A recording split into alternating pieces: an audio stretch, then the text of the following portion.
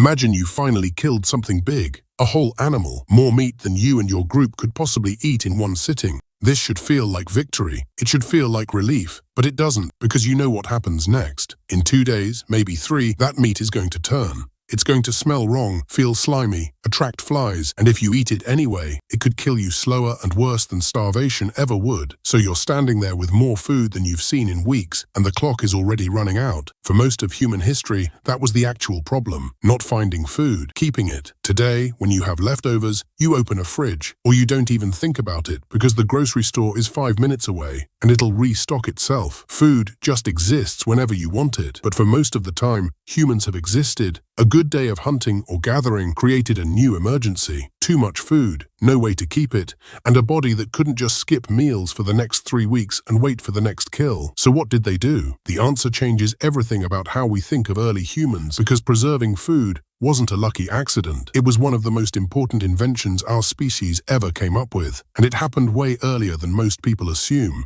Let's start with drying, because it's probably the oldest method, and the evidence for it is almost invisible unless you know where to look. Archaeologists have found cut marks on animal bones dating back over 500,000 years that suggest meat was being sliced into thin strips. Thin strips dry faster than thick chunks. That's not an accident. That's a technique. Thin strips exposed to sun and wind lose moisture fast enough that bacteria can't get a foothold before the meat is stable. No fire required, no tools beyond a sharp edge, just wind, sun, and time. And once you can dry meat, you've unlocked something huge. You've unlocked travel. A group that can carry dried meat isn't tied to the carcass anymore. They can move, follow herds, cross distances that would have been impossible if they had to eat everything on the spot or lose it. But drying only works in the right climate. Humid environments ruin it, so other groups had to find other solutions, and one of those solutions is honestly kind of disgusting until you understand why it worked. Fermentation. At sites across the Arctic, archaeologists have found evidence that early peoples buried fish and meat in pits lined with grass, sometimes for weeks at a time. The meat didn't rot in the way we'd expect. It fermented. Specific bacteria took over before the harmful ones could, breaking the meat down into something edible, sometimes even more nutritious than the fresh version. This wasn't rotten food eaten out of desperation. This was a controlled process, repeated on purpose, generation after generation. Inuit and other Arctic groups still make fermented foods like this today, and the techniques trace back thousands of years. Someone, at some point, figured out that if you controlled which bacteria got there first, spoilage could become preservation instead of poison. Then there's cold. Obvious now, but not obvious then. In regions near glaciers or high altitude, early humans figured out that snow and ice weren't just scenery, they were storage. Dig a pit into permafrost, pack meat inside, and it could last for months. Archaeologists have found evidence of these kinds of ice caches at sites in Siberia and northern Europe dating back tens of thousands of years. This is essentially the first freezer. No electricity, no insulation technology, just a hole dug into the right kind of ground at the right kind of latitude. And once fire entered the picture, everything sped up. Smoking meat over a low fire does 2 things at once. It dries the meat faster than sun alone, and the smoke itself contains compounds that kill bacteria and slow decay even further. Sites in Europe dating back tens of thousands of years show hearths positioned in ways that suggest meat was being hung and smoked deliberately, not just cooked and eaten immediately. This wasn't a one-time meal. This was meat being prepared to last. And salt changed the game entirely once people had access to it. Salt pulls moisture out of meat, and without moisture, bacteria can't survive.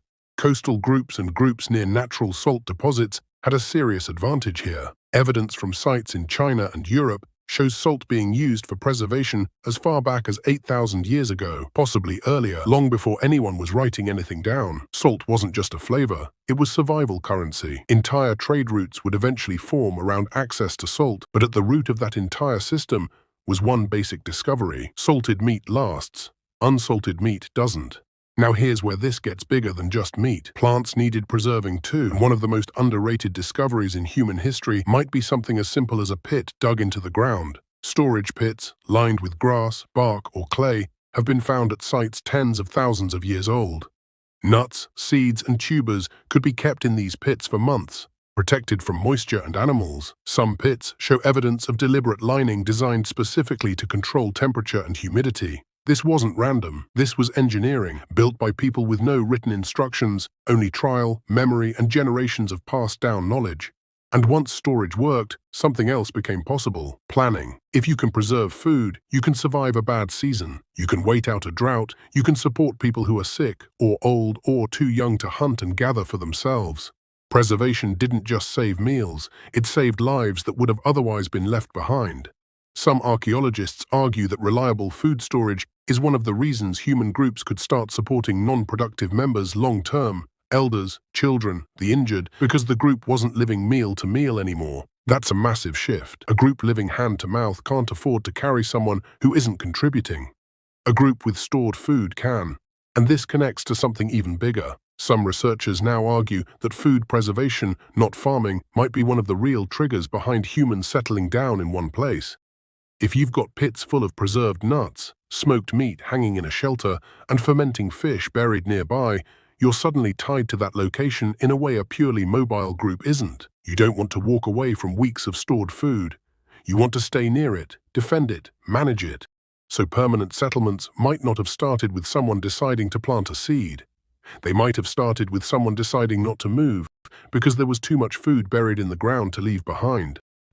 And preservation didn't stop mattering once things got more advanced.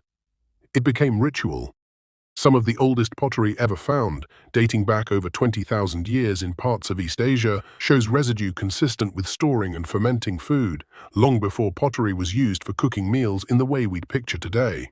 The earliest containers humans ever made weren't for eating, they were for keeping. So think about the full picture here. 500,000 years ago, someone figured out that cutting meat thin made it last longer in the sun. Tens of thousands of years ago, someone buried fish in the ground and came back weeks later to find food instead of poison. Someone else packed meat into frozen earth and pulled out dinner months afterward. Someone figured out that smoke wasn't just a byproduct of fire, it was a tool. Someone realized that salt, that white mineral crusted along a shoreline, could turn spoilage into safety. And someone dug a hole, lined it carefully, and trusted that the food inside would still be good when they needed it most. None of these people had a word for chemistry. None of them understood bacteria. They understood outcomes. This works. That doesn't. Do it this way next time. And that knowledge got passed down, refined, and repeated for thousands of generations until it became the foundation for everything that came after: agriculture, trade, cities, civilization itself. The next time you close your fridge door without thinking twice about it, remember that behind that simple act is 500,000 years of trial, error, and someone deciding that today's extra meat didn't have to become tomorrow's waste. They just had to figure out how to make it wait.